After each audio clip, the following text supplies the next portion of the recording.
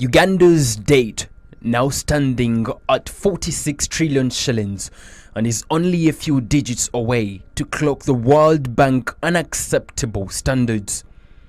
This money has been borrowed internally and externally and has accumulated over the years. National debt as a percentage of GDP is used by investors to measure a country's ability to pay on its debt, hence affecting national borrowing costs and government bond yielding. This time round, Parliament has passed a budget of 39 trillion shillings for the financial year 2020-2021.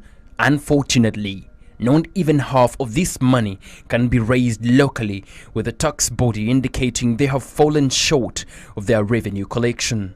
20.3 is coming after subsequent additions to the initial projection, and the initial projection is the one that is properly arrived at in the targeting process. So are you saying as a result that 20.3 is an unrealistic figure?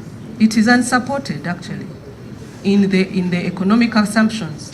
It is only there because there are expenditure requirements which have been put on revenue, but they are not properly targeted. And the projected tax revenue for next financial year, including non-tax revenue, is 21.7 trillion. That's what we have proposed. And we are not changing that figure, Honorable Speaker and colleagues. What this therefore means is that money must be found to fund the rest of the budget. Interestingly, the 39 trillion shillings budget does not include the tightly made budget by the Independent Electoral Commission to fund a build-up of election activities and the general election process itself. The electoral body is asking for more than 800 billion Ugandan shillings if the exercise is to be conducted in a free and fair manner.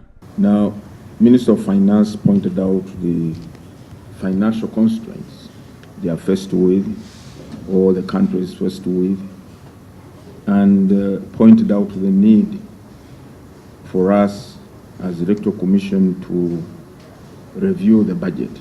Our revenues, Mr. Chairman, are not performing as projected. So consequently, the budget deficit is increasing.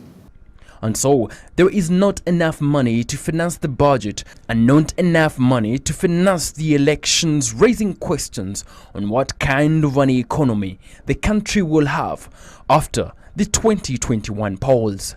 At the political arena, the behavior of the presidential candidates has a direct implication on our politics and our economic capacity here. 10% revenue shortfall was registered by the closure of second quarter of this financial year, attributing this to a delayed implementation of administrative revenue strategies such as the digital tax stamp and the global travel assessment system, among others. These industries which are coming, they are coming with machinery, they are coming with raw materials, and we cannot tax them because of the structure of our CET. So as a result, we have a very small base on which we have to collect import duty. And that base is not growing, again, because there is also the factor of the regional economic integration. So 47% of our imports, for example, come from COMESA countries. But this situation may not change, at least for the better, during this election year. Yes, development and politics have got a bill on taxpayers, you and I. The major question and concern would be, are those resources being utilized prudently? If they are being diverted for private gain in the name of asking for a bigger budget, but that money goes to mischief, that becomes a concern.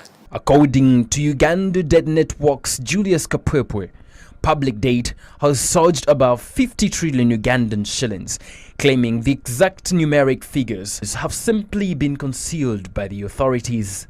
Overall, Ugandans are the ones staked for payback, you and I.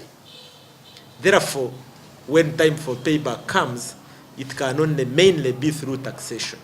So increase the taxes, get more money through you and me, so cough more from your pocket so that we are able to meet our debt obligations, which are escalating each day. Macroeconomics assumptions indicate a dire slowed growth, if not an economic recession, given the fact that attention is being drawn towards election funding than fostering economic growth and stability. Elijah Tuyagmanawi, NBS, live at 9.